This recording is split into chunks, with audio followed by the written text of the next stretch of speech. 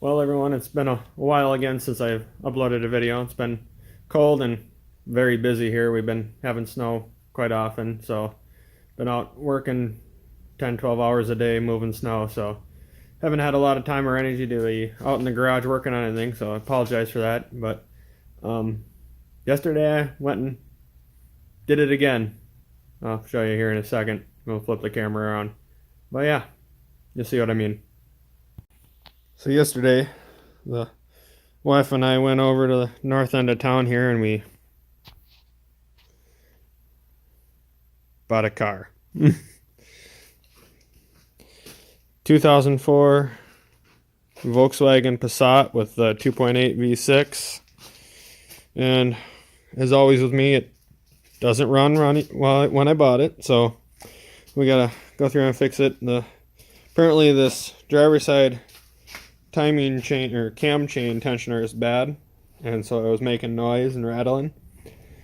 The guy I bought it from has the tensioner. I gotta double check, make sure it is actually the right one, because the price he said he paid for it's a lot less than what they look like they're going for. But so I gotta check that. I'm gonna have to probably pull these cams completely on this side and clean them up since they've been out exposed to the weather and they got some surface rust, and then retime this head, put it all back together, and then it should hopefully run good. Needs a new battery. The battery is nice and exploded. So, well, not exploded, but it froze, and so it's all bulged out. But yeah, it looks like it went through some hail. It's got some. I don't know if you can see them on camera. Maybe I catch some of these, but like right in there, that's where it is. There's a dent right there to my finger, you can kind of see, and there's one out there. There's a few just random dents. It's not super bad, but there's dents there. The only spot of rust I've noticed on the car is right down in here, right underneath the license plate, so we'll see. But yeah, other than that, it looks like a straight, clean car. Glass all looks good, except for the passenger mirror, which those are easy to replace.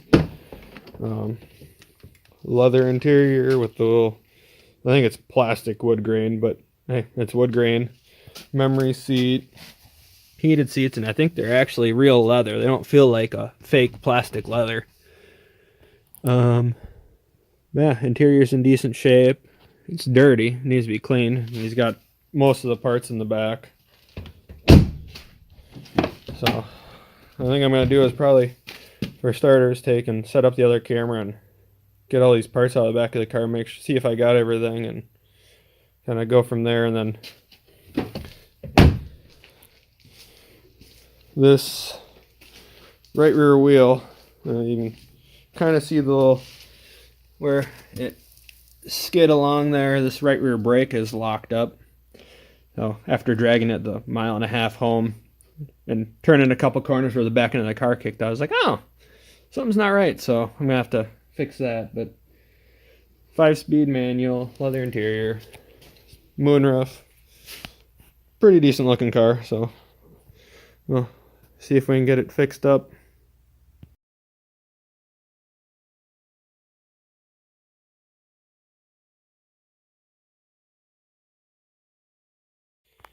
Well, guys, already making money on this. $1.54. Not much, but hey, at least we found the locking, or the lug nut key for the special lug nut that 2 at least out of the 4 wheels has one of these on there. So that's helpful. It's one less thing I have to try to find or buy. So yeah, got all the parts out of the back seat. I haven't checked to see if this is the same as the other one yet, but got the cam caps. There is one of the rear cam plugs. There's a new timing chain or cam chain there, along with the seal for the cam chain tensioner. Some bolts for some of this stuff here, and the nuts for the valve cover is right there. Yeah, I believe this is the passenger side timing belt cover, and then the driver side timing belt cover. This I pulled off because I had to get to the tow point. This is a passenger side front fog light housing cover grill. I believe this is one of the secondary air tubes. Airbox top with intake tube, and then the cold air scoop or whatever for the intake, and then the grill. And the coolant reservoir. And that blue hose, I have no idea why it's here. But looks like we got most of the pieces. The driver's side fog light grill, I think, was broken. So I'll have to either find one of those or just leave it. So yeah, I guess I'll go from there.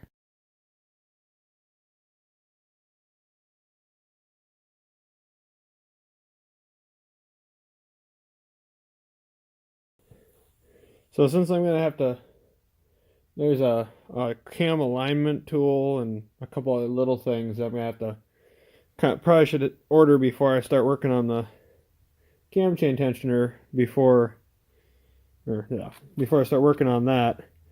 Figured I'd try to see if I can get this brake freed up, and I was thinking the caliper was froze up, but I threaded 2 lugs in here and kind of smack the caliper with this hammer, which, you know, if these calipers lock up, which is kind of common on these Volkswagens, usually it's actually this cable, the parking brake cable.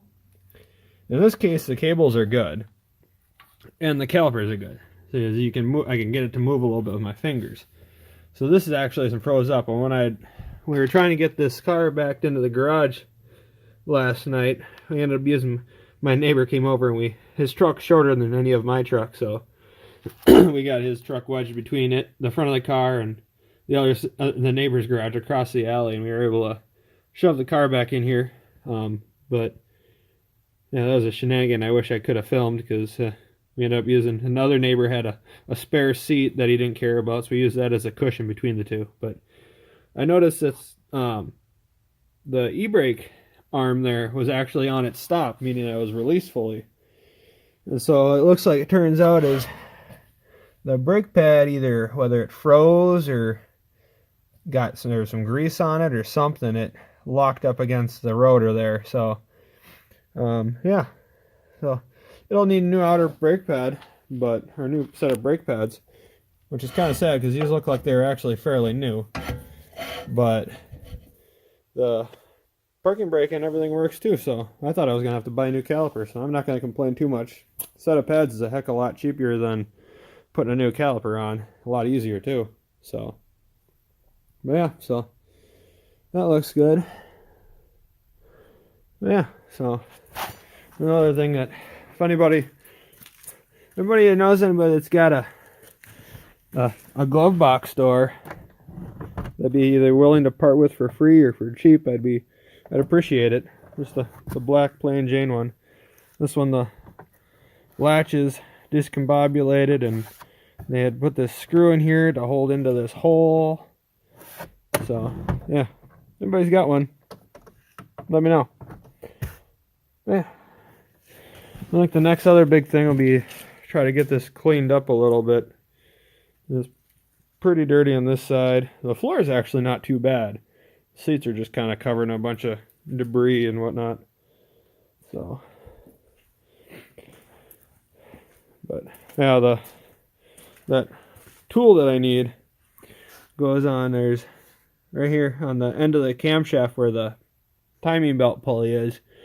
There's this little, it's a bolt with a washer, and then this is actually a little flange that goes on the end of the camshaft.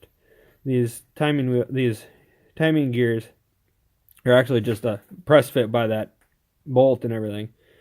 So this actually is how that timing gear, or the timing tool, actually goes from this cam all the way to this one, and that holds those in times when you're messing with it, so you can keep them in time, because this is an interference engine, so it gets out of time, bad things happen. And then the other little tool, which I thought I had one, but I'm thinking I'm remembering wrong, goes in here and actually will hold this down. Like this one's not a big deal because this one, the tensioner's in rough shape, so it should be able to just kind of get pulled out. But there's a hole, you can see down there, that's a threaded hole down there, and then it fits on between these aluminum ears here, and then presses down on this plastic shoe and compresses the piston.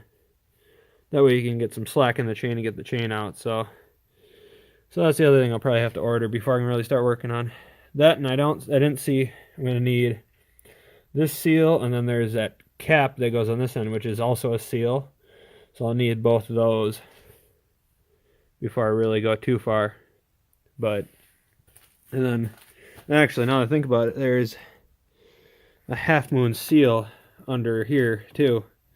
Those are notorious for leaking on the 1.8 turbos and, well, anything with these dual overhead cams like this. They have a tendency to seem like to leak. So and I'll probably have to get another valve cover gasket because this side has got silicone. This one doesn't look like it's uber goobered. That's one warning if you're ever going to look at one of these cars. If these valve covers, this goes for these 2.8s or the 1.8 turbos. If these valve covers have silicone completely goobered over this edge here, plan on probably pulling the motor so you can get the oil pan off, because I don't know on this one, but I'm pretty sure on the 1.8 turbos you cannot take the oil pan out without pulling the motor. But if that's goobered real bad with silicone, there's a good chance that your oil pickup's getting clogged or is clogged. And if it gets clogged, you're going to lose oil pressure and toast your motor. So just a cautionary tip there. But yeah, so eventually I have to get a battery, but I don't know if I'm going to get a battery until I get this thing more together where I'm to the point where I can probably almost start it. So, but yeah, overall looks like it's in good shape. Brakes overall look good. It's kind of a shame that back one, because those brake pads in the back look brand new. These front ones actually look, I don't know if you can see in there very well or not, but these front ones actually look like they're probably new too.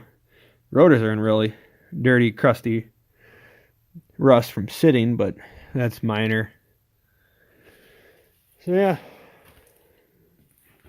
I guess I'll scrape that piece of brake pad off the rotor and put this wheel back on, so at least it's rolling again and freewheeling. So there it is, the wheel's back on and we'll free roll now, so that's good.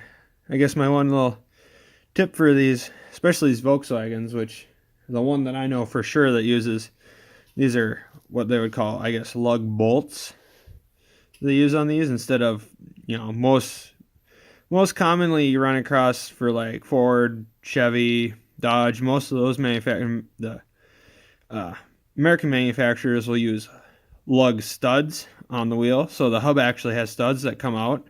So you have nuts that you put on. So those you just set the wheel on, you get it on the lugs, on the studs.